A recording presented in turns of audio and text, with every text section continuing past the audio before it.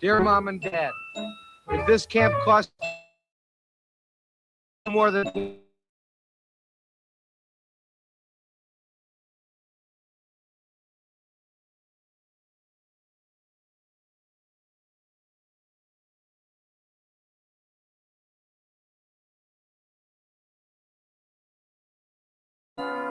we have a cute counselor here.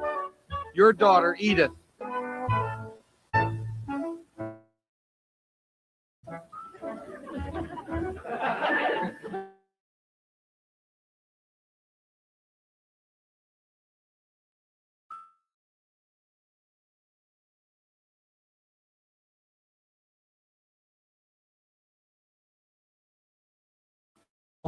Entertaining. And they say we'll have some fun if it stops raining. I went hiking with Joe Spivey. He developed poison ivy. You remember Leonard Skinner? He got ptomaine poisoning last night after dinner. All the counselors hate the waiters, and the lake has alligators. And the head coach wants no sissies, so he reads to us from something called Ulysses. Now I don't want this should scare you, but my bunkmate has malaria. You remember Jeffrey Hardy? They're about to organize a searching party. Take me home, oh mother, take me home. I hate Granada, don't leave me out in the forest where I might get eaten by a bear. Take me home, promise I will not make noise or mess the house with other boys. Oh, please don't make me stay. I've been here one whole day.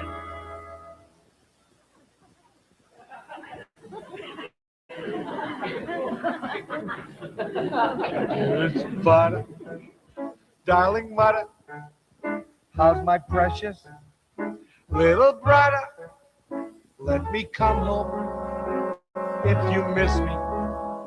I would even let Aunt Bertha hug and kiss me. Wait a minute, it stopped hailing. Guys are swimming, guys are sailing, playing baseball. Gee, that's better. Mother, father, kindly disregard this ladder.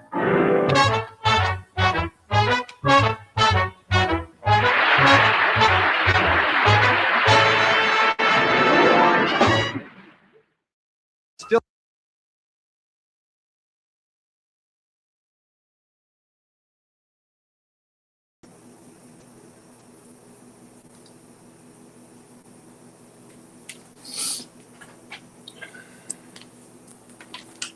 patio time.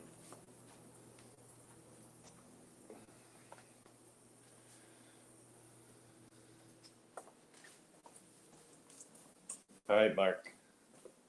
All right, B. Link is posted. High production this morning.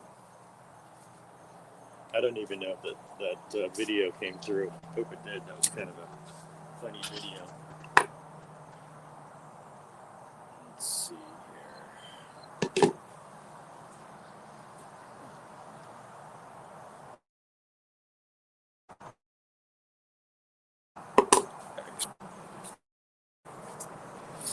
Waiting on anybody to come in. So.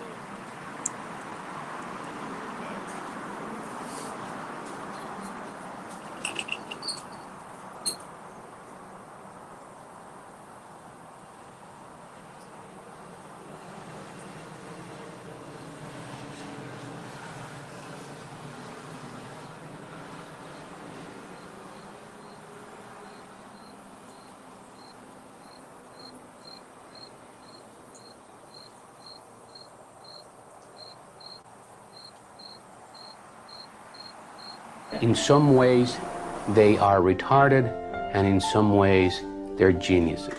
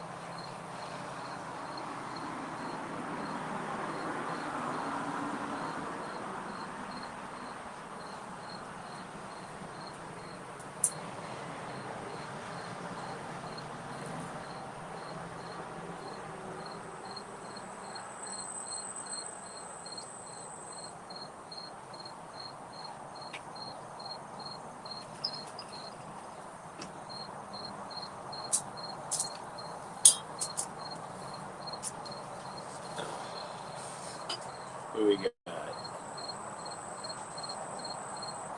Alright, so B's coming on in a little bit. What's up, Mark? You coming on?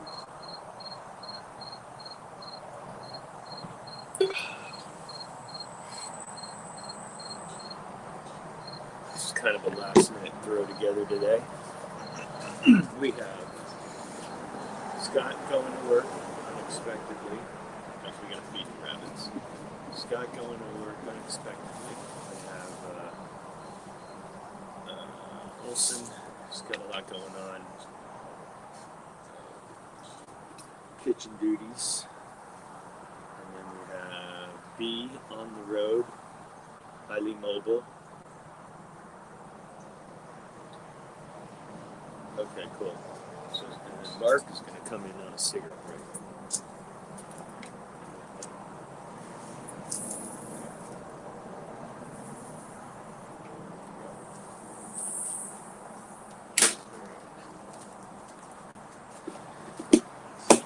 Rabbit's happy.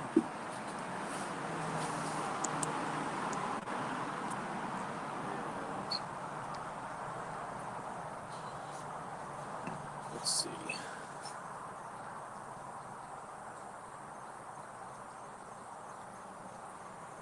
Let's try this again.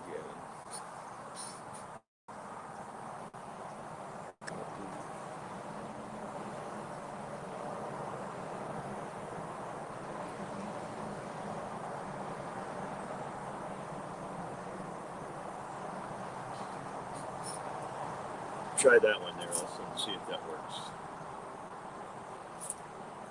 I don't know whether or not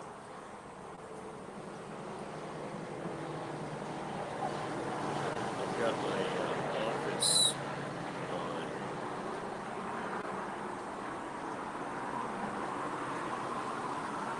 Is audio still low right now?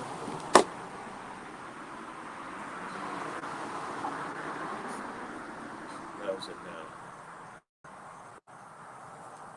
It does sound low.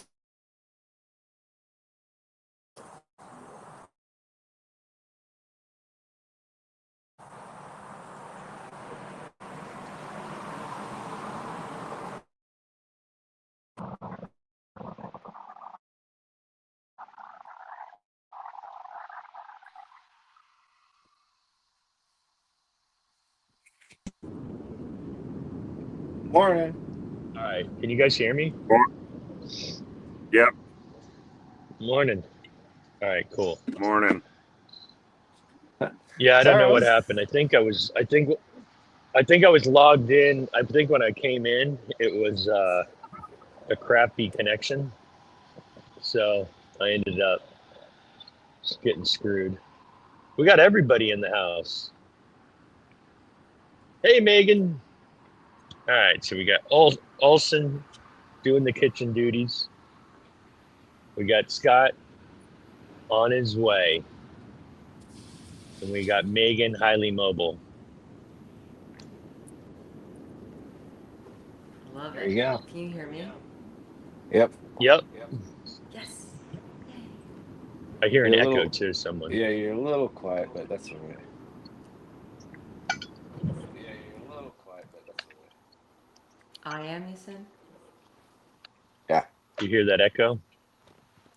Yeah. I think it's on Megan's.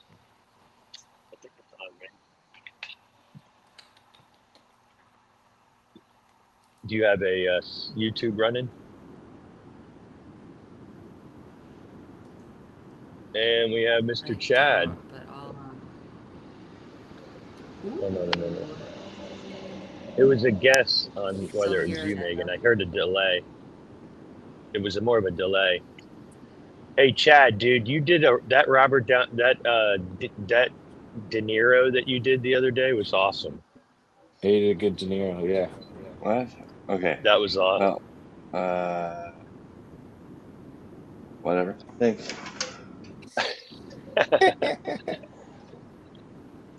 And you and Megan, you guys were killing it the other day.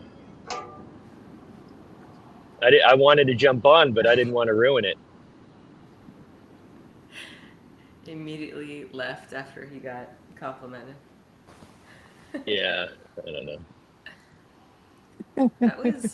That was one of like the most flowy conversations I feel like I've had in a long time.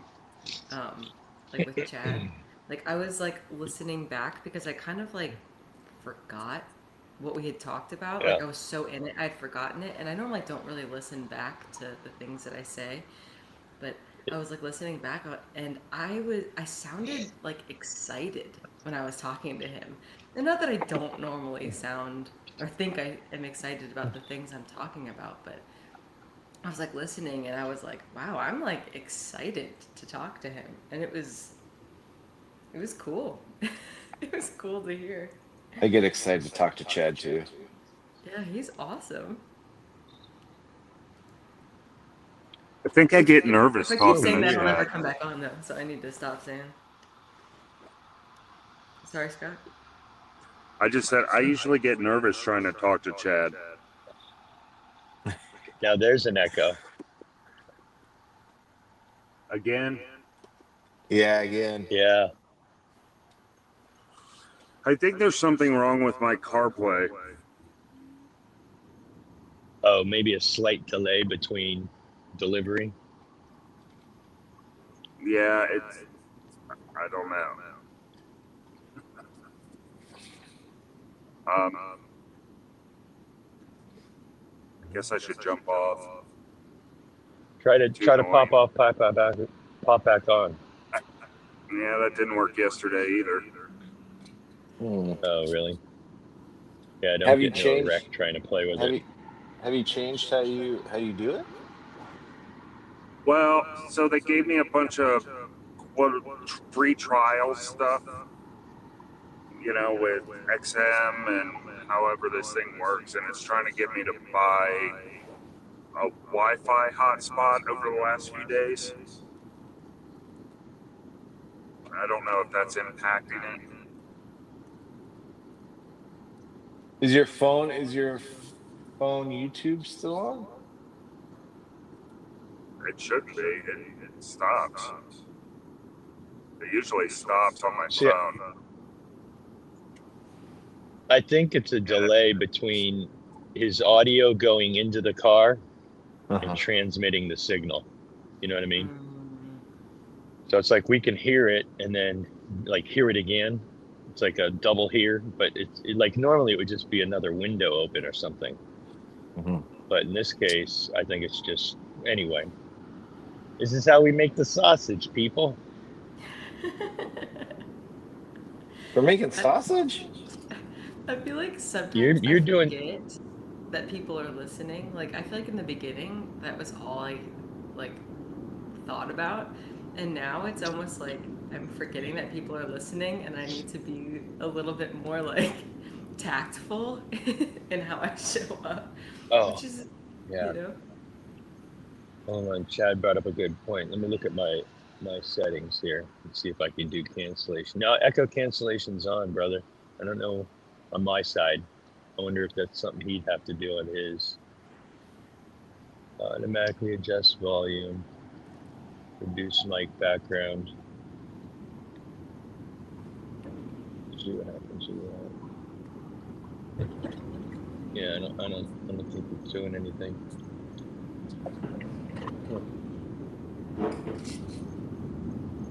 Yeah, for Scott. See if you can. Well, I mean, do it when you get to the job, Scott. Maybe check your mic settings. See Is if that there's any better? Same thing. It's a little better though, because the echo is quicker. Although you're I echoing switched too, it. Olson. Oh. Yeah, I switched my audio to go to CarPlay from the phone, my microphone. Sounds like you're in a stadium. I don't hear an echo from Scott at all. Do you hear an echo? Do you hear an echo from Olson? I don't hear an echo from anybody. I Everyone hear sounds great echo to me. too, but it sounds like from Scott. But I could hop out. I could try something. No, it's like a reverb. It's not even really an echo. It don't matter. I don't think it's that big of a deal. There's Chad. Maybe he can give us some pointers here. Wait, you guys don't have a distortion pedal going through? What do you I think, hear it Chad? through. Sorry, I had to wait to get my stuff connected. What's that? What? What do you think? What do you think's causing the echo? I don't know. I think that I don't know, but the link that you have pinned is trash. It's Yeah, it goes to I'm. Go ahead. a nothing place. Mm. Yeah, let me repost it again. And I think it's an old stream. Yeah, it's an old stream. Mm-hmm. Is it? Yeah, I was waiting back there for like 10 minutes. I was Me like, too. where's everybody? Yeah, that sucks. I don't.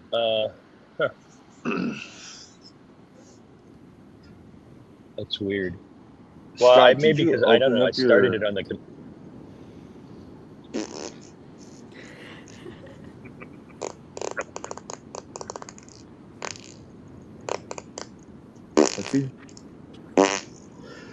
What's he doing?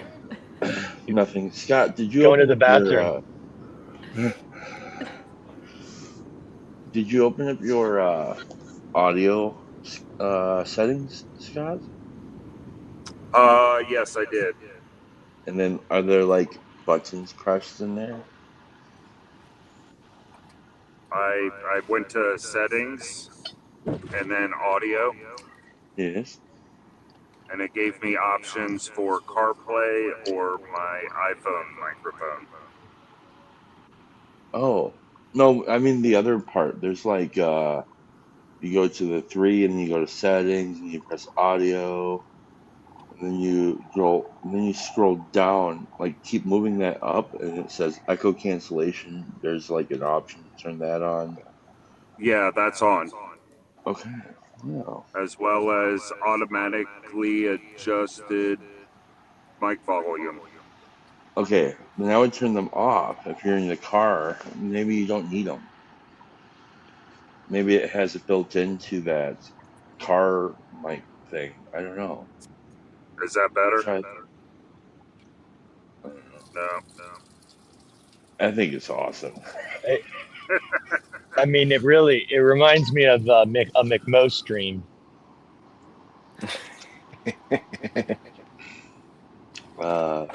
Except he's usually clipping his mic.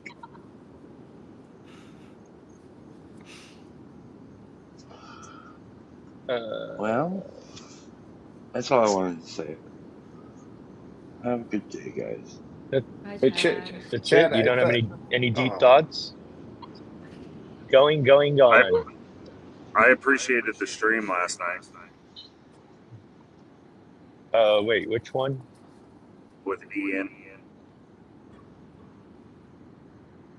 Oh, me and Ian talking? Or you mean him and No, Ian Chad. talking? Yeah, I Oh, haven't yeah. watched it Was yet. that at What? night? I saw it too. Yeah, you What? told me something about like where have you been, Wilson, or about time or something in chat because I got there like Yeah. 1 minute before you shut it down. What was something that like resonated in that conversation? I Can know you what was- pinpoint resonated for anything? me. Let's go around the horn. Wait a minute. Olson Go ahead, said, Olson. was saying something before I left. I want to know what he was going to ask. I was gonna ask Yeah. you, how do you do your tile thing? Like, how do you have that set up? Like, if somebody wanted to join you, are you doing that all through your phone? Yeah. Like through the StreamYard app or YouTube app, or how do you? No, you StreamYard. do it from the web. Yeah, not the StreamYard app because the StreamYard app's just for guests. So it'll be Right. on the website, on the regular web app. So you open your Safari or whatever your web thing is, and then you do StreamYard from there on your phone. Yes. I don't think the Safari. That's what do I'm with doing Safari, now. But I'm on it now.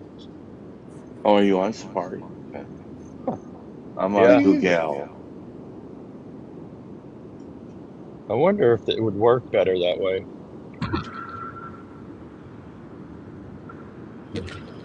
Okay. I'm gonna go. You're the Bye. best, Mark. Dad.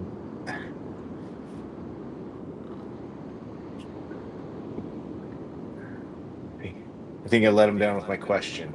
Yeah, what resonated for you, Megan? Oh, I only popped in the last 5-10 minutes, and I was like doing it so that my parents could see what this whole thing is about. And so I was pointing out like where you guys were in the chat and who the people on the screen were. So I wasn't really able to like pay attention too much. I want to like listen back on it. But I figure if you guys give me a little insight on what was going on. So Scott, what about you? Yeah, I felt like the beginning part of the conversation was about relationship. And then they got into, when Brent, you got there, they started talking about like a little bit of codependency and trying to suss that out.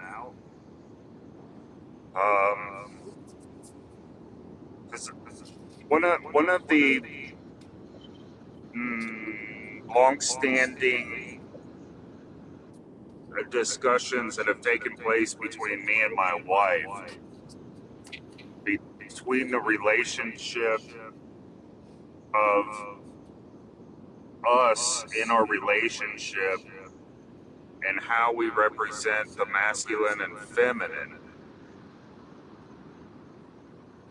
My wife always is a strong word. She tends to lean towards her independence. And my argument has been for most of the time is that we need to be dependent upon each other, which is antithesis to the idea of independence. And I found it interesting because they were using the relationship between parent and child. I ended up mentioning how I am dependent upon Christ. And so it seems to me there's a little bit of a disconnect between this notion, and I think it has a little bit to do between individuality and community. And Chad mentioned that the right word might be communion.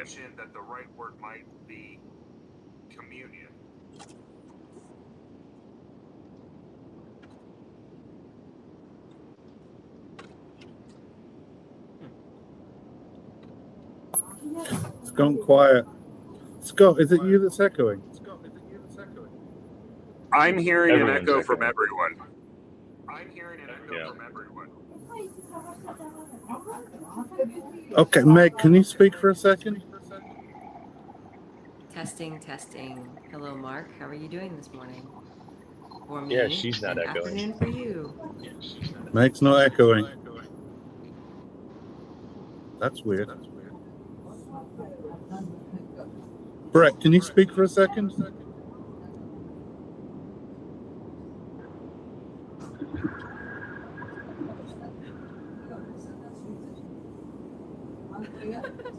Apparently not. Okay, I think Can someone's you hear me got their now? YouTube open. Yes.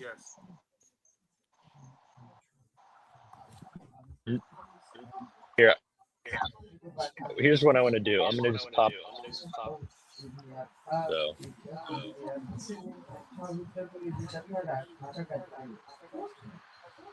you guys are moderators, so you guys shouldn't disappear. I'm not.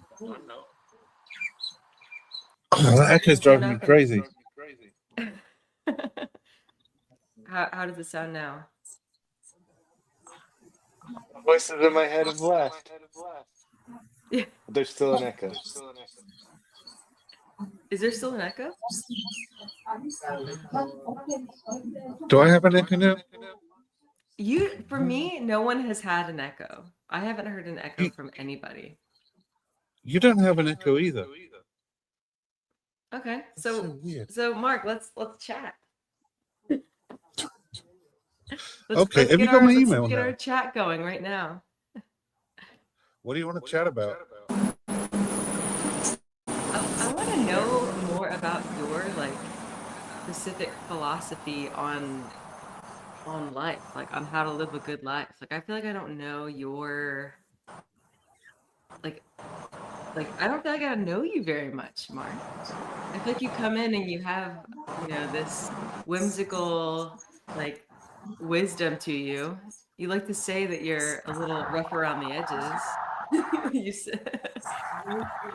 But I'm just curious more about you. Do you want the heavy version or the light version? I mean, it's already almost 6 o'clock my time, so I want heavy now.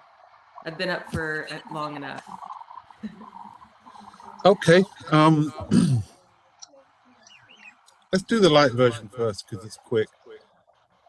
So, if you haven't seen Bill and Ted's Excellent Adventure, I do recommend it, though. It's probably more of a guy film. It's a good one, though. It's good. It is I a have good seen one. that. I haven't seen a lot of movies. That one I have seen. Be excellent to each other. And party on, dude. The golden rule for use the word party and translate it however you want. Say again, Brett. It's the golden rule, right? Morphed into something else. Can you hear me? Brett, I can't understand you. Sorry. Can you hear me? I can. I can hear you. That's better. Maybe you're too far from the mic. No, I'm using my headset, like always.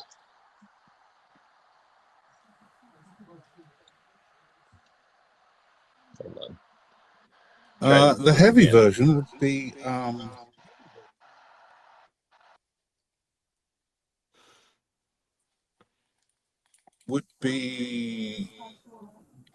mean, Pajot has pointed this out in a more subtle way, but basically we are all servants.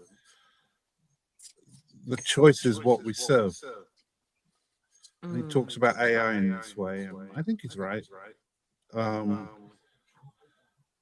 But the fact that we have attention means we direct our attention somewhere, and where our attention is directed is what we serve. And so direct your attention to something higher. Maybe that's a good plan. I like it. So that's basically my philosophy. When you say higher, what do you mean by that? Like something that touches more things? Something that is less understood? Like, what do you mean by higher? Well, I deliberately kept it vague. Okay. Sadly, Well, I don't want it vague, Mark. Some things have to be kept vague, Live I'm a afraid. good life, Mark. I'm using you. Some things you have to intentionally keep vague, because if you specify them exactly, it becomes formulaic and then you turn into a robot. So that's fair. This is why poetry has a certain looseness.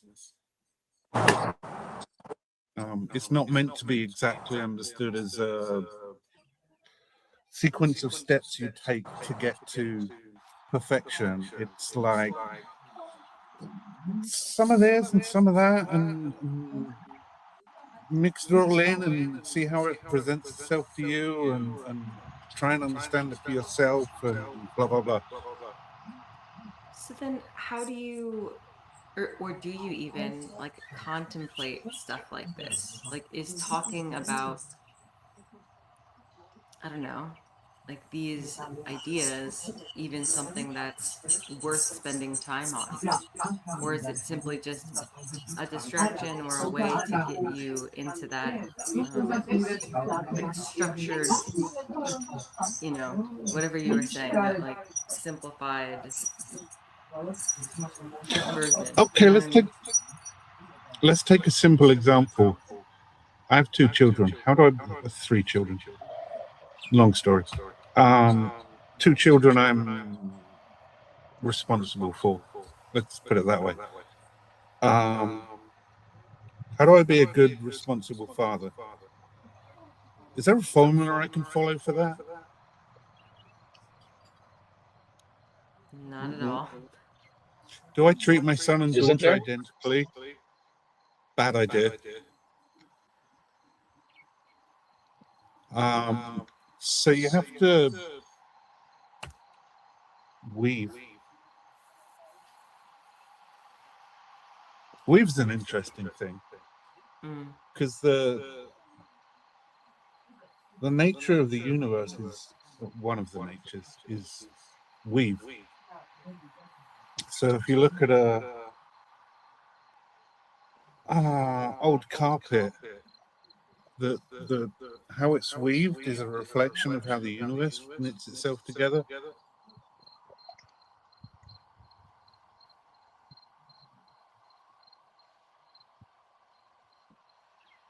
Interesting. Are you saying the universe is an old carpet?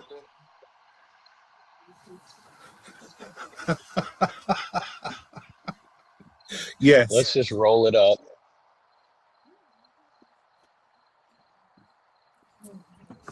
Okay, one cigarette, and then I'm gonna go back to work. Brett, I wanna talk to you about the beach, about sand. Do you know anything about the beach? I know that St. Augustine and Daytona, you can drive on it. It's nice and hard and packed. It's pretty cool. Do you find that when you go to the beach that it like looks different every time you're there, even though it's the same beach? Like, it's like necessarily looks different, like the surface of the sand is different, like the way that the tide came in and out, it like changed the like formation of the beach. Well, I would say I know that in reality that happened, but I would say that my memory isn't good enough to know what part of it changed versus what part of it didn't, But I'm also, I'm wired different. So like I show up and I'm like, it's the beach, Mm. you know, but if I sit there long enough, I contemplate the beauty of it, the creation, you know, God's specific part of it all, and his hand in it all. And yeah, I think same with like the park that you showed me in Savannah. It's like, you know,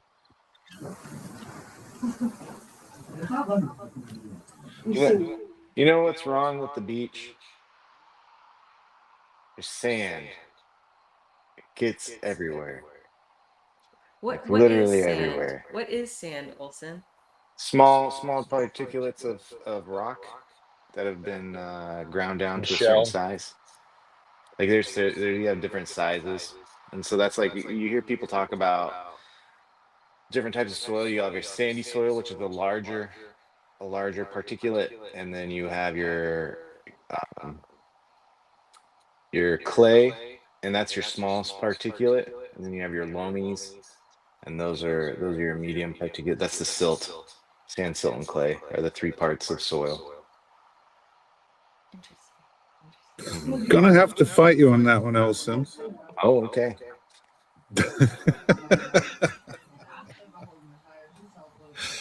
I don't know what type of beach you have, Brett, but do you get like these like ripples when the tide comes out or in, and it leaves like ripples on the sand? Well, so Florida primarily, at least not where B is, but most of it is like what Olson said. It's mostly shell. So it's like little particulates of shell. That's why like when you look at it, they're all different colors. But like where B was in her photograph, it was all white, which is more accurate to what Olson was saying. It was more, you know, grinded down rock particulates. But I just want to point out, since we're on this topic, when I was blessed with the opportunity to go to Hawaii, Black Sands Beach, they have these black stones that are probably the size of, I don't know, they're all about the size of a quarter. It's not fun to walk on, but let me tell you something. I never anticipated Amen. what the sound of the ocean was going to be like when the water rushed up onto the shore and it was all the water was pulling back into the ocean. It made this sound that was just surreal. And I've grown up around the beach my whole life, and I had not expected that sound. Like, it was just so fun to me. So there's something magical about a lot of different beaches. You know, even like some beaches that give you the ability to see bioluminescence in the water, where you can go swimming at night in the bioluminescence is glowing around your body as you're motioning through the water. So like there's just so many different things about the beach, and it really is beach dependent, location dependent. Yeah, I'd be interested, like Andrew, in Australia. I mean, I've always wondered what the nuance was in Australia's beach. Like, I've seen video, you know, it seems like it looks similar to like a California beach style, but again, there's these little nuances that unless you're there, you know, like I saw pictures of Black Rock, but could I have conceived of this sound that just was surreal? I think the other weird thing about that beach, it was so hard to walk on barefoot. You know, like as you know, growing up around a beach, it's like you walk around barefoot. But I'm walking on these quarter-sized, perfectly smooth, round stones, like I'm in a Brookstone or a Sharper Image. You know, those type of rocks, like they're super, super smooth and beautiful, and you're not allowed to take them out of the state. I'm sure everybody has, though. So the mention of Hawaii made me think of actually the sand at Waikiki is a black sand beach, and they've imported all that sand. Really? It's on there. Yeah. That's a How really funny nice is sand. They that? imported some good sand, let me tell you. So just for the record, I grew up on the coast as well. So I'm very familiar with the beach and the sea. We had golden sand where I was, which was just fantastic as a kid. There are also some, we call them pebble beaches in England. And as a kid, I used to run across them, but now I'm 100 pounds heavier. It hurts. Yeah, Yeah, I think the black rock is lava, chunks of lava, and you know, so like I think that's how they smoothed out because of the water, and that's why they're so big. Go ahead, Megan. I'm sorry. Oh no, it's good. I I just have been, I hadn't been to the beach in a while. Like I used to kind of go almost like every summer, like to visit my family, like up in like Connecticut or Florida, like depending on, the season. And then in college, I would like, because I'm like kind of near the coast, or like a couple hours from the coast, I'd like go and visit. But I hadn't been back to the beach, like by the like an actual like ocean in years. And like going out there, there was like something that like, they always say, like there's like a beach energy, like there's like a, it's slower, it's and it truly was like I felt like there was like a really awesome experience when you're out there. And it almost reminded me of the similar feeling that I have when I'm sitting in front of like a campfire.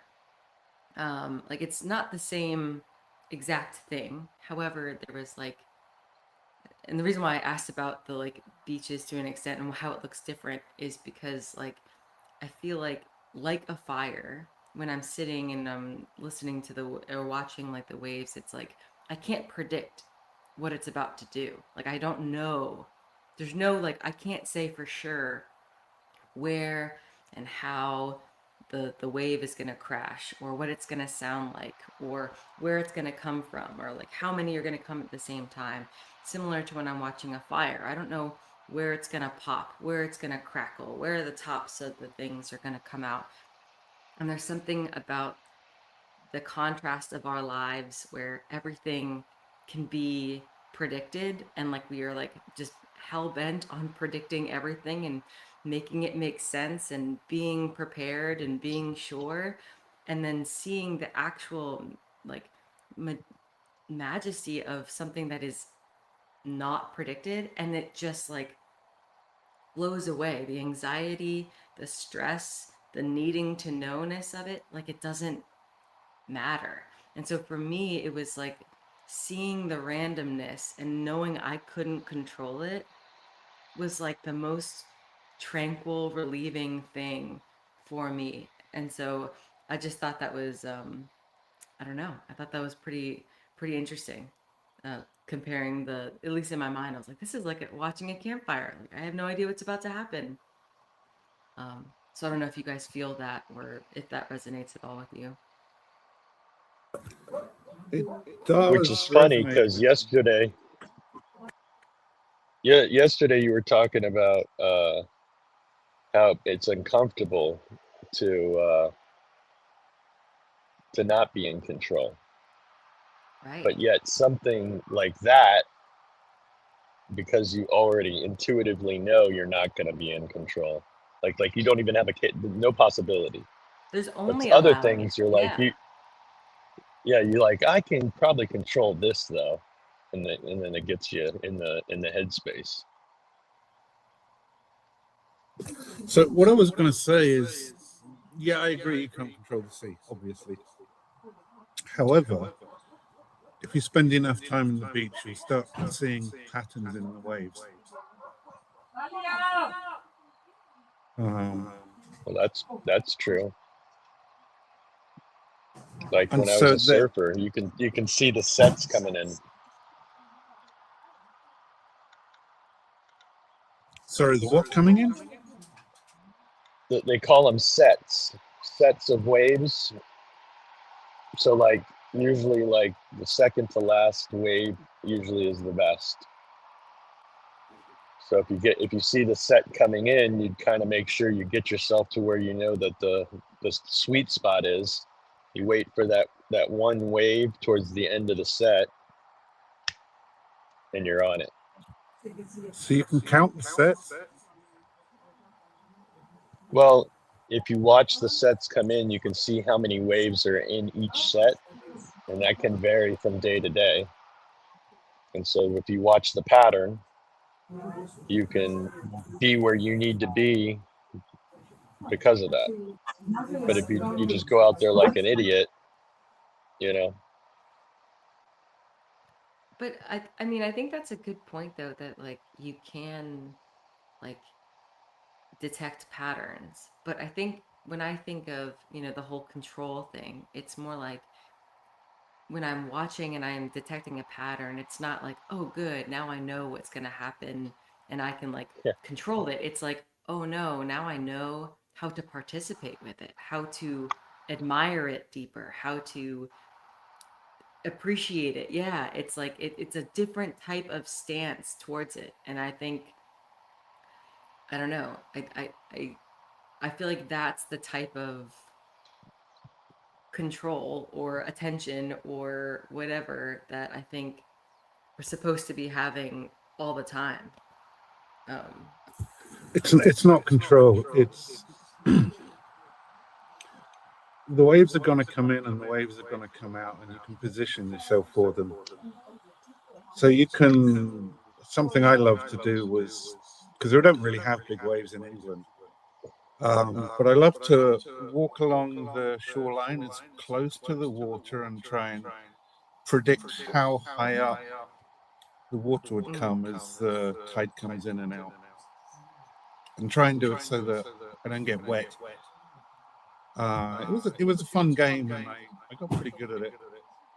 So it's just positioning yourself to the forces around us.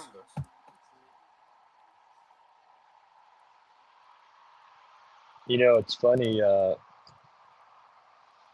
predicting the pattern is one thing. So you're using your probability factors, right? The probability of the pattern being consistent. The problem is a curveball gets thrown, and obviously the pattern that you have just set in your mind is completely thrown about. So it was funny because when I was thinking about like, oh, we can control these things, or not control these things, but we can participate with these things in a right way. But guess what? When you're on that surfboard and you're lost in the majesty, and you're lost on the horizon, or you're waiting for the next set of waves to come in, and then all of a sudden you see a fin, and you're like, oh shit. And all of a sudden you're like, I hope the waves start coming in, the ones that I'm predicting. And then you see them rolling in, and you're just praying that you can at least catch a wave before that fin gets close to you. So it's like the dynamic changes, the importance changes, and it had nothing to do with the pattern that was already there. You know what I mean? It's like I have a beast in the water, a sand shark or whatever it is. It's a fin, and it don't look like a dolphin fin. And it's like, you know, so your priority thing changes. Yeah. So being aware, being not lost in the majesty is what I meant. That reminded me of a quote I just listened to yesterday. I think it was on an Econ Talk, but it could have been, yeah, it was a lady named Cal Flynn. And she was an author who traveled around to like all these remote, dangerous places and was taking notes of them and whatever, doing her thing. And and the author asked her about like, when you get to these places, do you catch like the moments of beauty? Like, is there like this transcendental like experience that she has? And she's like, oftentimes when I get to these places, there isn't that, but there are times along the journey that she finds it. And she says, being struck by the moment that is perfect. You can't necessarily plan for those, but you could put yourself in the path of those. And so it's kind of like what Brett was saying too, tied in with like the danger, because she was traveling to these like dangerous places. Like her body and health and life were oftentimes in danger in the middle of these trips. But she's like in the middle of those situations, there were these moments of clarity that were sublime.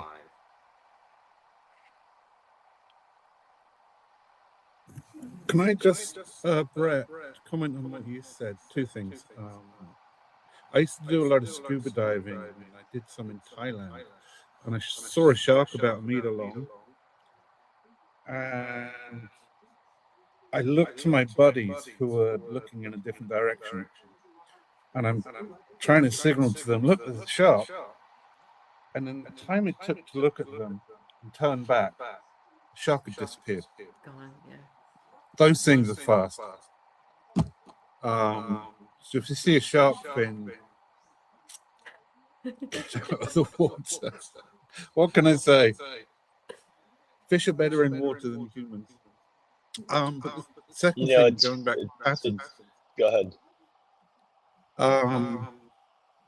So you have a wave coming in this direction, and you have a wave coming in from that direction. Sometimes they cancel themselves out, and sometimes they build upon each other. So in terms of patterns, you have to, are they canceling? Are they building? What's going on with these different patterns? Well, so with that, like, I find it interesting, like, I don't know, I feel like when we see patterns in like non-nature and it like doesn't match like what we think is going to happen, we almost get like mad or frustrated, or like we're like, what is that? Like we almost get like disgusted. And I think it's interesting that when we see patterns happening in like nature and then something happens that we like weren't expecting, we're like in awe of it. We're like, wow, look at that. I wouldn't have guessed. It like has a different, when those two ways amplify each other and you didn't like see that coming, it's not like you're like, oh, that wasn't supposed to happen. Oh, I don't like, like we're not mad about it. We like sit back and we're like, whoa, I didn't expect that. I don't know. I think that's just so interesting how when we encounter that in nature, it's like we don't question whether it was right or not. We just look at it and we're in awe of what is possible. What if you were able to Brett, just quickly. transpose that with reality? Like with your reality in life and the things that you get upset that you can't control. It's like that's the piece I have, like with a sovereign God. It's like to know that that ocean thing, the things that are just beautifully happening that we can't control, the same thing down here, with our interconnectedness and our, it's like, that doesn't mean there's not a result that happens when we enter a field or we say something or words damage someone or whatever it is, and we try to control things. It doesn't mean that there's no effect, but just to know that, like, it helps me with the whole idea of anxiety. Like, don't be anxious for anything, you know what I mean? But it's a really hard place to like rest in that. Sorry, Mark. Hey, it's your stream, man. No worries. No, I was just going to say, Meg, what you just said might make a good poem. Just exploring the idea. Oh yeah, this is like the metaphors of the ocean and all this stuff has been like ever since I've come here. I'm like, it's everywhere. This like, yes, I've been thinking on it. That's a hard question. What do you think are the best ways to recognize, celebrate, and participate with the most beautiful patterns?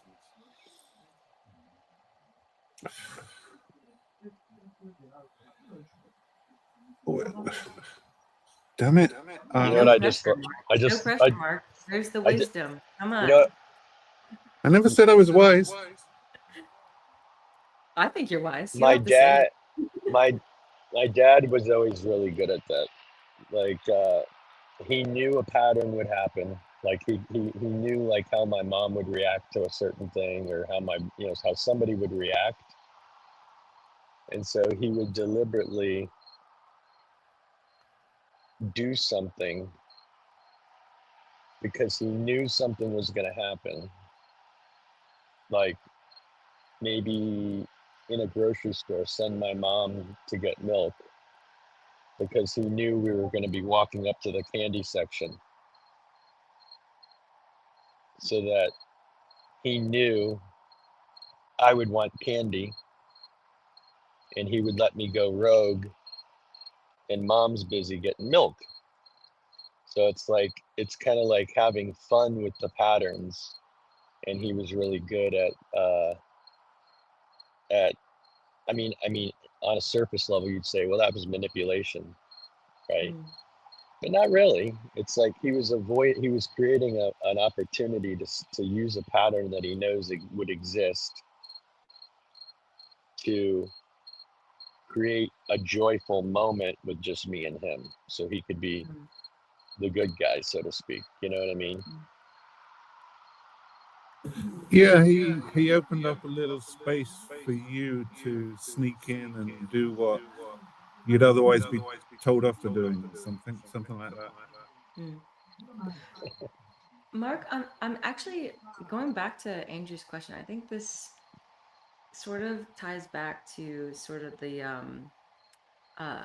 like I can't talk about it, otherwise I'm like thingifying it or gamifying it, or I don't remember the exact thing that you said, but it resonates. And it's like I do think that the idea of like celebrating something, like making it into something, like I'm curious what your ideas would be behind that, like pattern, like, because you can recognize it without thingifying it. You can participate in it necessarily. You participate in it, I think, without making it a thing, because you have to be in like flow with it. But that celebrating of it, or like, I think like that's an interesting one for me. It's like, how do you do that without taking it, grasping it, making it a thing, and then necessarily changing it completely? At least that's what comes to mind for me. Okay, well, Brett's mentioned this a bit about not being totally taken by the beauty and the joy of surfing and recognizing there's a shark there. Pajot talks about this a lot, so you can listen to him and he probably articulates it way better than I can. My big problem with the comment is the last three words: most beautiful patterns. So let's go surfing now, everybody surfing now, come and surf safari with me. Anyway, don't tempt Mark with a good time, Anselman.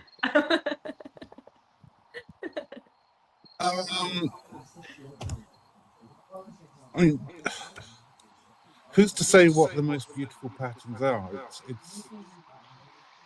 It's very subjective, and that's not in a bad way. It's because we each recognize beauty in slightly different things. Is there a universal beauty? Probably. Maybe Brett has thoughts on that. I find some skateboarding beautiful, and my wife doesn't. I'm like Jonathan. I'm an ex-skater. Although I did buy a board recently. It's nice to be older and have the money to buy a decent board. But yeah, I found some skateboarding beautiful. I found this when I was at college. I had to do the final year project thingy, and as part of researching it, I found this piece of software code that was astonishingly beautiful. I don't think anyone else would have found it beautiful, but I saw the beauty in it. It was just perfect. Beauty in music, beauty in art, a little easier. A lot of people see beauty in opera, and I absolutely don't. I think it's horrible. So, most beautiful patterns. I mean, they're all patterns. There's a pattern in skateboarding, there's a pattern in opera, blah, blah, blah. Pattern in painting. So, if you find something beautiful, then it means you recognize it. Mm-hmm. And in the recognition of its beauty, you are celebrating it. Mm-hmm. So You're hopefully that answers the participating. question. Yeah. That's, I feel like as soon as you started that, I was like, oh, that's exactly where this is going to go. That makes so much sense. It's like, if you are putting yourself in the right spot and your eyes are open and you're recognizing it, and then you make the, I don't know, decision or whatever to like participate with it. That's in participating with it. That's the celebration of it. That's the respect. That's the, no, I think that, no, that makes a lot of sense. I think that in and of itself is beautiful. That was great. Look, see? Wisdom out the butt. I love it. So good. Okay, one more beauty is the changing background lighting in Brett's camera. I just love watching it. There's probably a car right in front of him, just flashing lights. So are you in Florida, There's Nick? lots of cars. I gotta get going, guys. Gotta get to work. I gotta get Thank going as you. well. I gotta get back to work. I got a job to do. Love you guys. Yeah. Bye. You know what I was thinking about, Megan, was because I'm not. Did you hear an echo? I don't. Do you? I wonder if everyone else does. Yeah. That's all right. Hopefully it's not too distracting. I was thinking of Yo-Yo Ma, and I remember watching him do a solo on his cello. I forget. I was trying to look it up.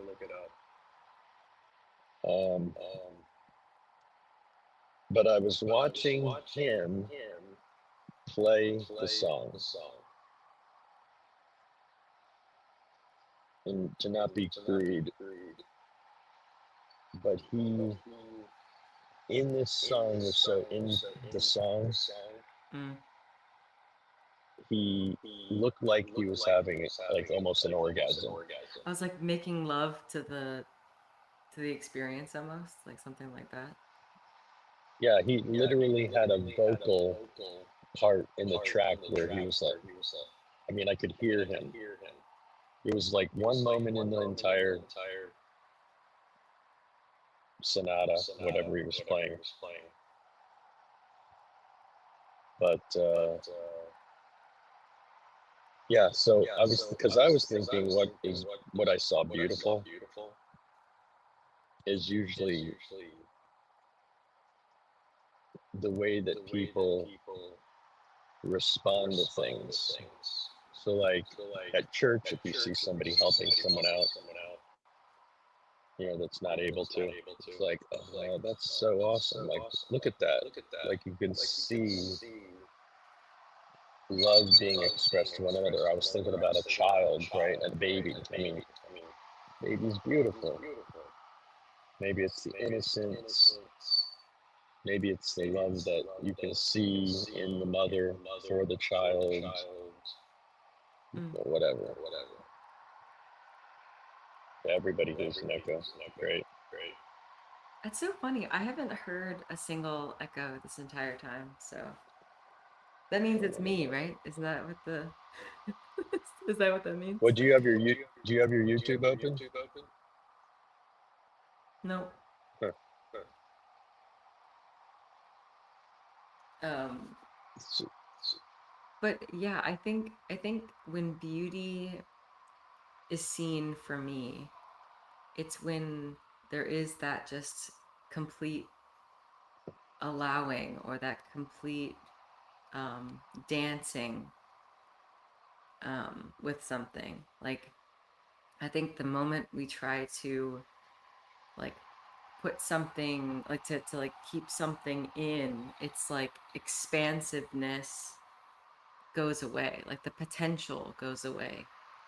And I think OG Rose says this a lot, and it's probably from something else, but it's like beauty is in the surprise. Like it's not, you know, when you see a beautiful person, you're not like, oh, that's normal. You're like, whoa, that was unexpected. Like it like hit, it almost like hits you. And so I think like the like, or even like, you know, like I was talking about with the watching the waves, and then a pattern comes out that I like was not expecting. It's that surprise that like allows the potential for that beauty to like expose itself, almost to like reveal itself. And I think when we are always going into situations where we're like trying to control things, like it's never allowing for that beauty to surprise us. Like when if we're not surprised, if we're always prepared and ready, that surprise isn't just like a soft uncovering, it's like a harsh like punch in the face, you know? It's like, and so I think when it comes to like music, like you're talking about the whole Yo-Yo Ma thing and like the beauty, it's like it being in full participation with what he's doing and just like allowing it to like move through him and surprise him as much as it's probably surprising the audience. Like I think that's where that beauty really comes from. Do me a favor. Type in the chat.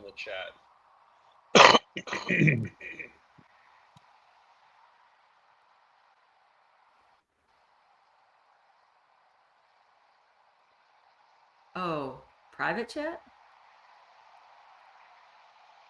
or regular chat? No, you're good.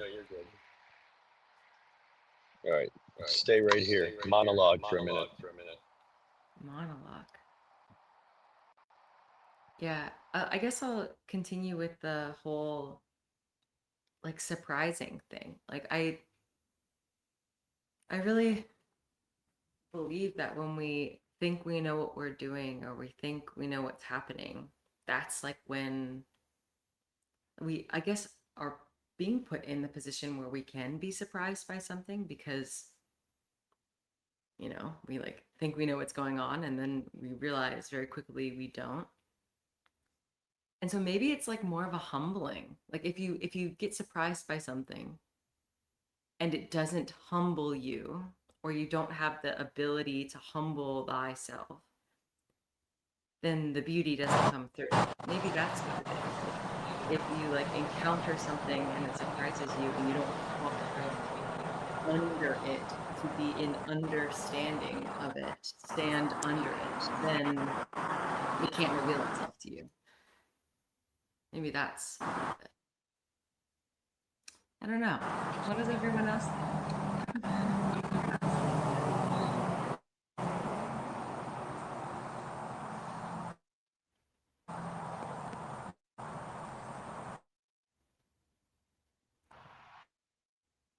Are you having trouble with your What's Wi-Fi, going on Brett? today? Yeah, I don't think so, but I don't hear the echo anymore. I think something was going on with my headset. Hmm. Anyway, it's working now, so.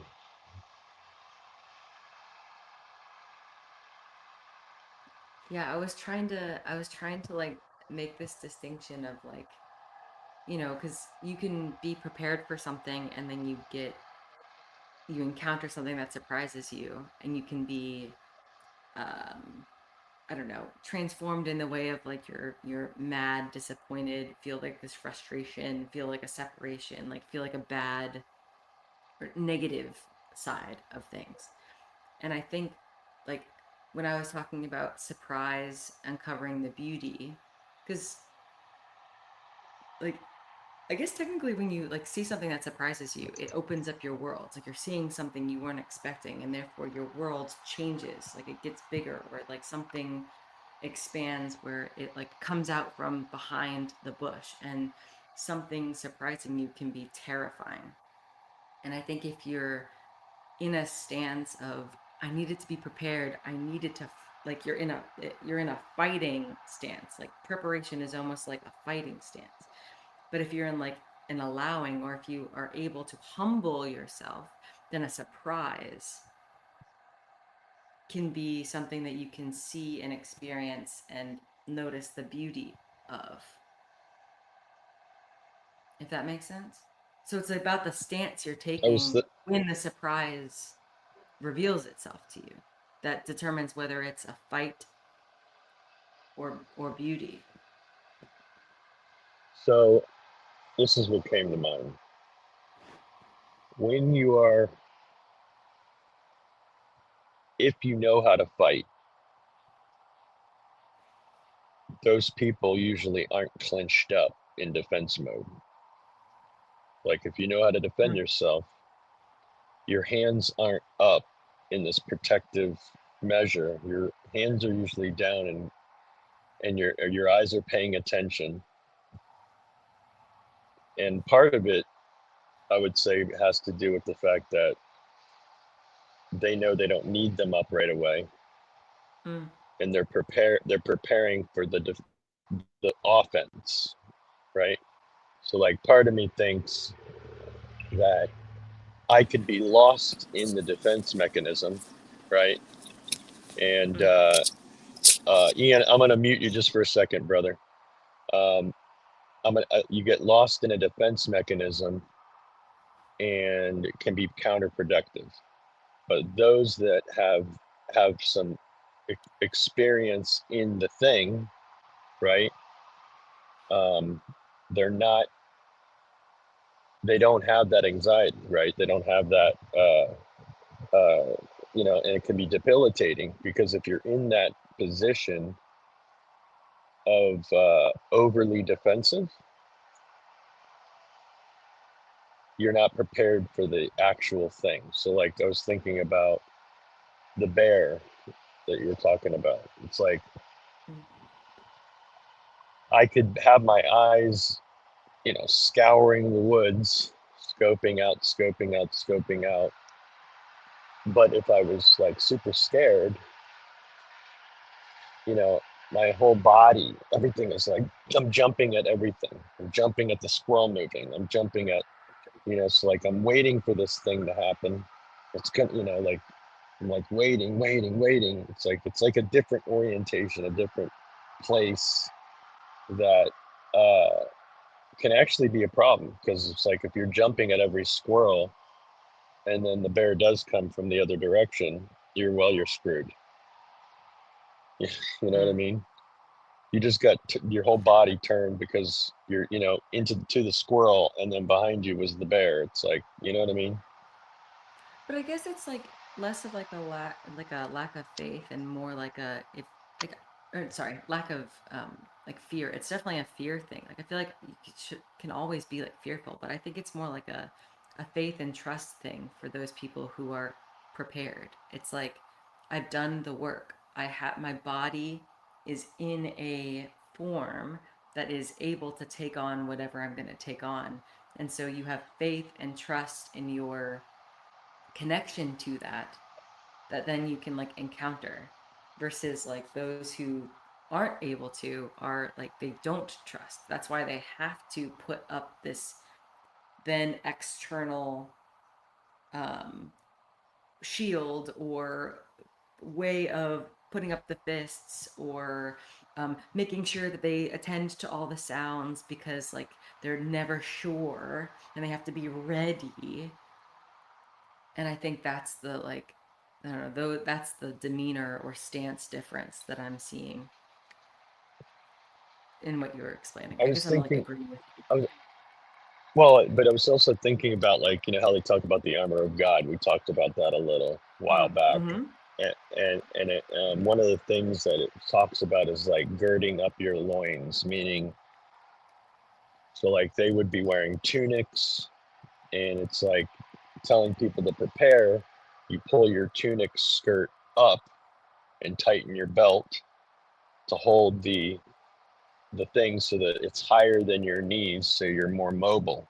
You're able to run. You're able to, which is entirely so like you're preparing yourself, but you're not.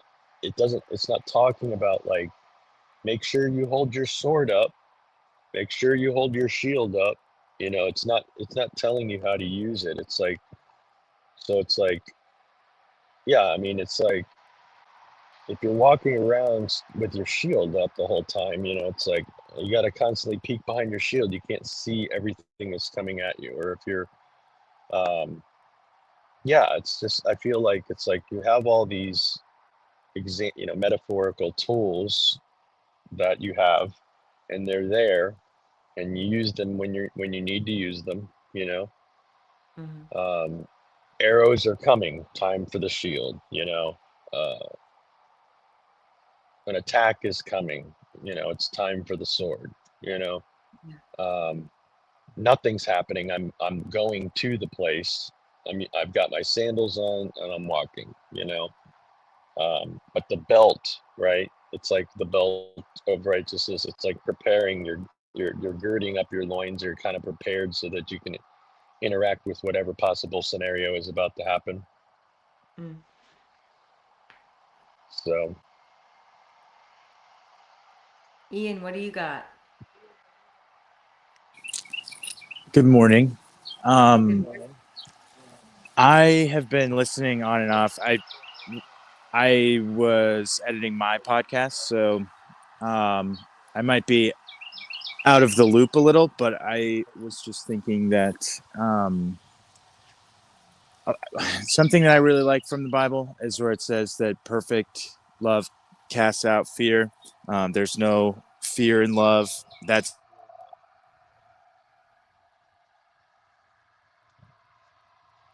uh-oh. I lost him too. oh, We lost you, Ian. I, Come again? Yeah, sorry. I think I switched off of my Wi-Fi.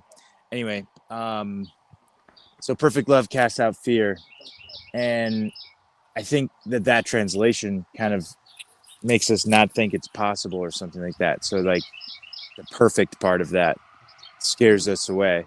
But I think that word is the same word as in the Sermon on the Mount when he says, "Be perfect as your Father in heaven is perfect." I just think it means fulfilled, the fullness of the fruit, you know, like be the fruit that you were meant to be.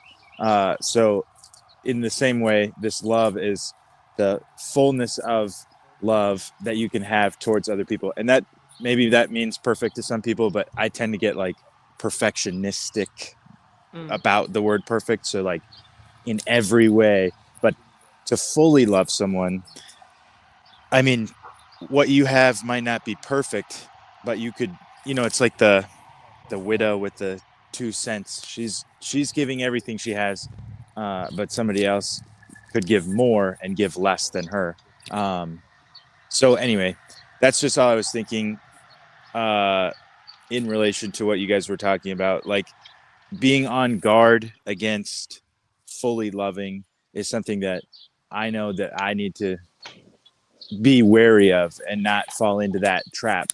And it was making me think of like permeability. That's where I'll leave this. Like you gotta be porous enough to Semi-permeable membrane. yeah. I don't really know William Desmond's work, but I've listened to a couple podcasts with him, and he talks about this conceptually to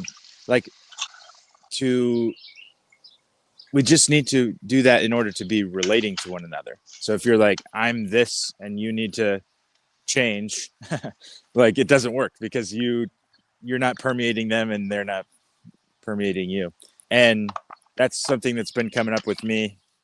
I think I talked a little last night with Chad about it, but just the idea of like adapting myself to others, and ideally that they would be called into relationship with me through that. Like I can't change them, I can't force them to be one way or the other, but if I can invite them through this surprise of beauty that you're talking about, B, then I think that would be good. So, not to like make you define something, because I know talking about ideas and defining ideas is probably not the best thing, but will you like give me more of like what this like perfect love like looks like, feels like, is has or is not lacking of? I don't know if that makes any sense because like Yeah, yeah. Also, that's beautiful. thanks. I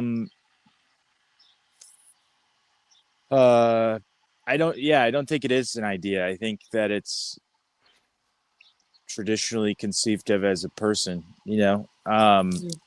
and so then like honestly that's the witness or the guarantee that John talks of in First John, is that it's us then who are loved. And so like you receive the perfect love in the form of a porous, humble, you said humble earlier, I wanted to bring that back around, relationship with with the beautiful Logos. And then that's how you know if somebody has a relationship with the Logos, is that they are loving. And like anybody that says that they know about love and they don't love, then that's that. I don't know how to get more specific because I think it's so universal that it's like you can't get too specific, if that makes sense. Yeah, this is exactly what, I don't know. I feel like this has been a pattern I'm noticing. It's like that's what Mark was saying before about how like if I talk about it, it changes it. This is what I think Chad was saying when I was talking to him yesterday. It's like, oh, if I talk about it, it's not it. This is what I feel like I say. It's like, oh, I use these words so many times, all of a sudden it doesn't mean anything. Like, but I don't know. It's still like we're seeking something. Like, or sorry to speak for everyone else, but I feel like there's a seeking of something like this idea, quote unquote, or stance or phenomenon. And like, I don't know how to, I don't know how to speak about it without speaking about it. Or is that even, does that make any sense? Yeah.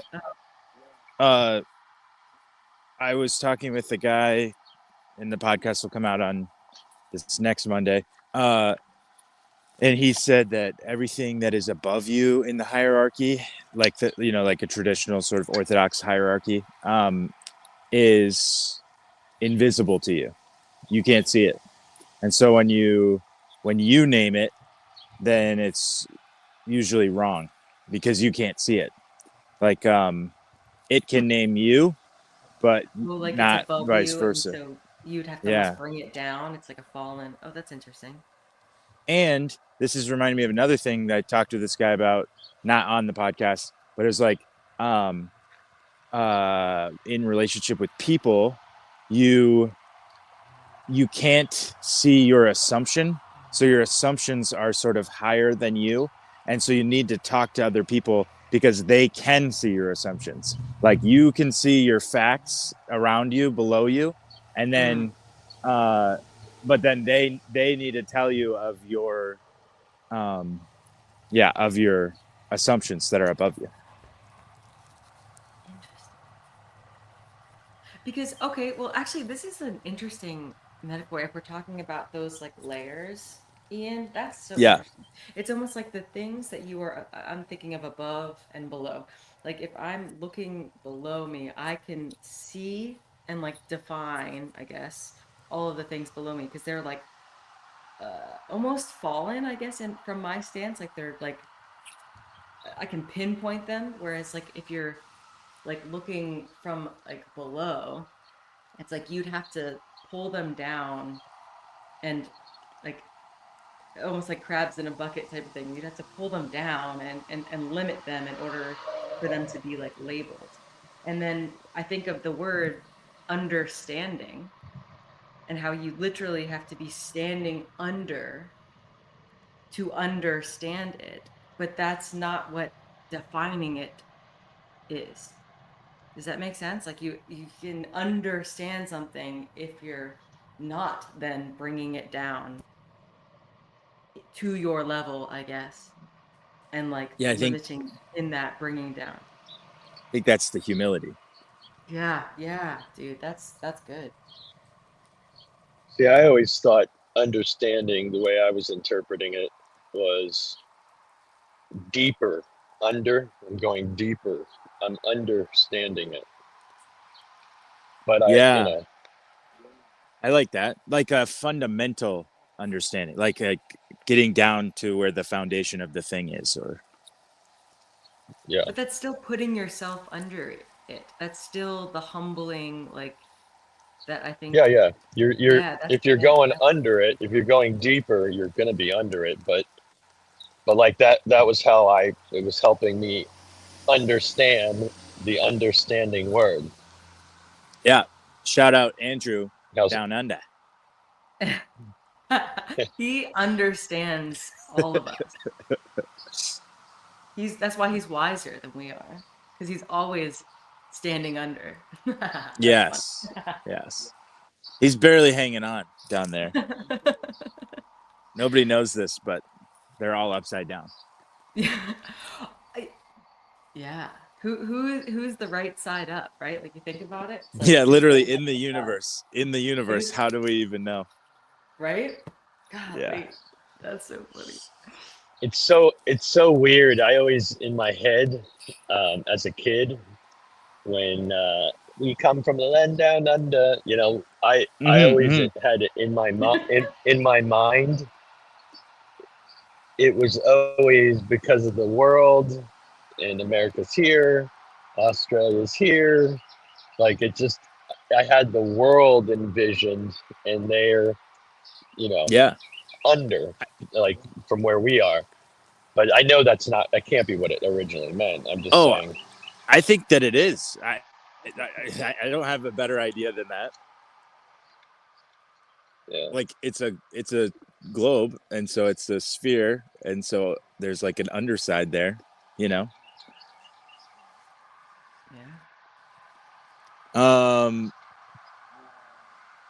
I feel like there was one more thing. Jesus. This is something that always comes up when I talk about basically just when I talk with the guy that I did the podcast with. His name's Matt.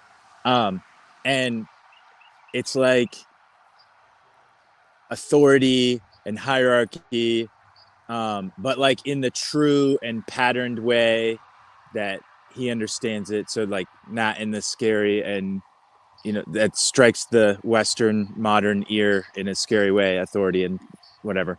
But so when it comes to like this assumptions and needing to be humble and needing to understand and the higher and the lower, I think that the joining of the higher and the lower in relationship requires humility. And what's really interesting is you see in the picture of Jesus, like the story that always comes to my mind is when Jesus is telling his disciples, like, hey, in the end, like there's going to be people that come up to me and they're going to be like, we totally did all this stuff. And I'm going to be like, I didn't know you. And then there's going to be these other people that I'm like, thank you so much for doing all this stuff. And they're going to be like, what? We didn't even, like, what are you talking about? Didn't even know that we were doing it for you. And so anyway, he tells the story of like feeding giving water to, clothing, and visiting in prison. And the people are like, yeah, I mean, we did that stuff. He's like, no, it was me. You did it to me. And so Jesus takes up the character of the lowest, the one that's like automatically humbled, like essentially humbled or something. And it's not it's not a choice. He's just present there as that person in need. And then the humility required to relate to that person, because the reality is when you, like, the whole thing with leprosy in the Bible, but like, COVID, people were like, oh, get away from me. I'm not touching anything. I'm not going near anyone because I might get sick from this thing. And what would happen to my family, or what would happen to this? But like, Christians traditionally have been the people that are willing to absorb the thing that is outcast by society, disgusting to society, in order to be one body with it. Like, that process requires humility in most cases. Like, this is why loving your enemies is the ethic, and not just loving the people that get you cool stuff for Christmas or whatever.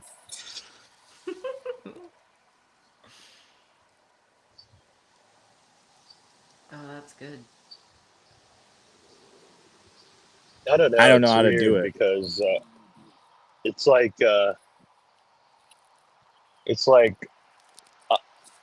the way that we like to take terms, and we like to take parables, and we like to take, we like to kind of formulate them with our perception. And sometimes it's beautiful. Sometimes, it's definitely on point. And then sometimes it's almost like it's not intentional, but it's off. So like when he says, about judge not lest you be judged, you're kind of judged by your own standard type thing. It's like, yeah, you're not supposed to judge. Well, that's not what it's saying. It's not saying don't judge. Of course we judge. It's like, it's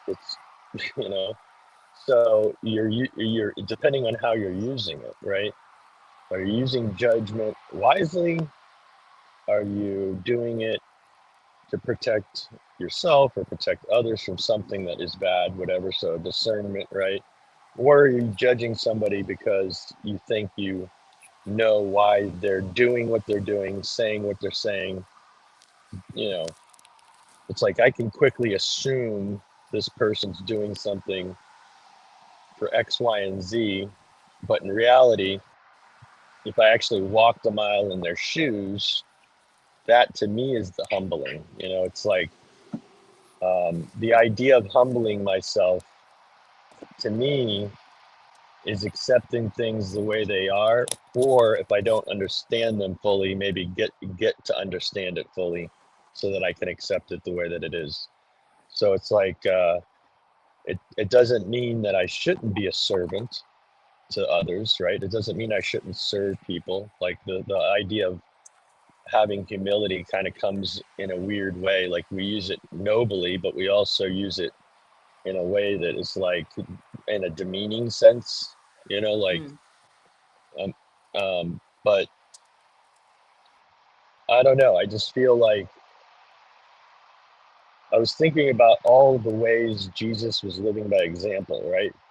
It wasn't really like he was going door to door to the poor and feeding them. It wasn't like he was going around clothing people, and these are all things that we see as a noble thing, right? But what he was doing was these massive miracles, right? Or he was like with feeding the 5,000, or pointing out the little old lady who's giving just a couple of coins, which is everything to her. Like so like he's bringing attention to these things, but it's not like he's started a huge mission group where everybody is a soup kitchen. He didn't start a soup kitchen. You know what I mean? It's not so like Yeah. like it's like he's he's the bread of life. He's the one. He's like, it's like what he's showing you is like all, like, so it's like when people say I got to be like Christ, it's like, well, you're not gonna feed 5,000 in the way he did, you know. But you could Yeah. see things through his eyes. You know what I mean? You could say, okay, I recognize that woman giving 2 coins, or he using a parable of of the um, the stranger. You know, that the Samaritan man of all people helped the stranger. You know, and so Yeah. like he's using this contrast of it doesn't matter who it is. Some of the people that look noble, look holy, look whatever, but that looking isn't the thing, and this other person just does it. You Mm. know, now does that mean we go down the street and help every single person that is destitute? I mean, I don't think that's what it was conveying. It was conveying the hypocrisy. You know, when the guy was saying, "Well, who is my neighbor?" You know, and the irony is he didn't even answer that, "Who is my neighbor?" He just said, "Which one of these three is the neighbor, the good neighbor?" Which is weird because when I always read that parable, I'm thinking of the neighbor being the person that got beat up, right? That was the analogy I was thinking. But then, I mean, obviously it is a neighbor, it's your neighbor, but like there's these three other people, which are symbols, and these people are noticing a person. They're noticing this person that got beat up, and only one helps. And he says, which one of these three neighbors was the good neighbor? Which is crazy to me when you think about it. So it's I like know. I love that. it's it's just weird. I don't know why, but I understand the overall parable and what it was conveying. It wasn't like, yes, go around and do a bunch of things for other people, you know. I mean, it's not like it doesn't. It's not like we know that's a good thing to help people, you know. But it kind of made me think of your codependency thing the other day. It's like the proper definition, is important, I think. So like, yeah, codependency, it's a baggaged word. People use it, throw it out there. They either self-deprecate with it or they accuse people of it. And it's like, but it's still a word and it still means something, and it's a dysfunctional relationship, which is different than a parenting relationship. That's what I said in the comments. It's like, it's not, the parenting relationship is not a dysfunctional thing, you know? And it's Yeah. like the whole idea of codependency is you're doing something for someone else that they should be doing for themselves. And Yeah. why are That's you really doing it? concise. Because you don't like the way it's making you feel. All right, guys. I got to go. Good morning. Have a great day. All right. Thank you, All right, Ian. buddy. Yeah, Brett, I'm gonna probably get ready to go soon too. We're gonna go to downtown St. Augustine and do some like history Old city, stuff. old Old jail. city. Yeah. We drove through last night. Like we had dinner and like we walked on the beach and then we like drove through and it was really cool at night. It'll be very different in the like blistering sun. That's for sure. But we're pretty excited about it. But I wanted to make one comment before I went is I keep coming back to this idea of like accepting versus like allowing. And I think we use, not that you were necessarily using the word acceptance like incorrectly. It's just I'm trying to distinguish this like the stance I take when I think of the idea of accepting versus the stance I take when I'm thinking of the word allowing, and how when I think of accepting something, I still think about me doing something and controlling something and still grasping something, even if it's the grasping something different or whatever. It's like I almost want to say that perhaps like considering the idea of instead of accepting these things, like it would be more of like an allowance, more of like an observing Yes. of the ocean or observing of the enemy or observe, like just because that means that there is that humble understanding underness of it, instead of like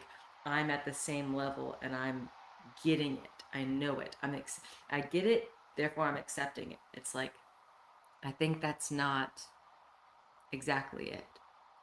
So that was the only thing. I don't think that what you were saying was wrong, but I just, that word accepting still leaves me, when I'm saying it to myself, still leaves me in that trying to grasp and not a humble state. Yeah, to me, it's more like Scott used the word of yielding. He's used yield, and so it's like yielding to the situation. To me, is the acceptance. I don't see it as like a grasping. That's not how I'm even interpreting it. You know what I mean? Sure. Yeah. I guess in a way, like receiving a gift is accepting a gift. So like there is a hand thing idea there, but for me, it's not even. Yeah, it's not even. Yeah, it's weird. It's like, I don't know. Acceptance is more of being obedient to the greater Mm-hmm. thing. Yeah, and that's also So something that, yeah, is tough for me to grasp, is that idea of obedience too. So I think that's a fabulous point. And I think I want to, because I had talked with Scott about that accepting and allowing, and I think it would be awesome to try to get a stream going sometime this week on these concepts, because I think it's really helpful to like how different we think of these ideas. Like that's why the words are so important, and like how you see these words can be so important sometimes. But um anyways, this was great. Thanks for popping in. I feel pretty comfortable with the internet and stuff here, so I think I'm good for tomorrow.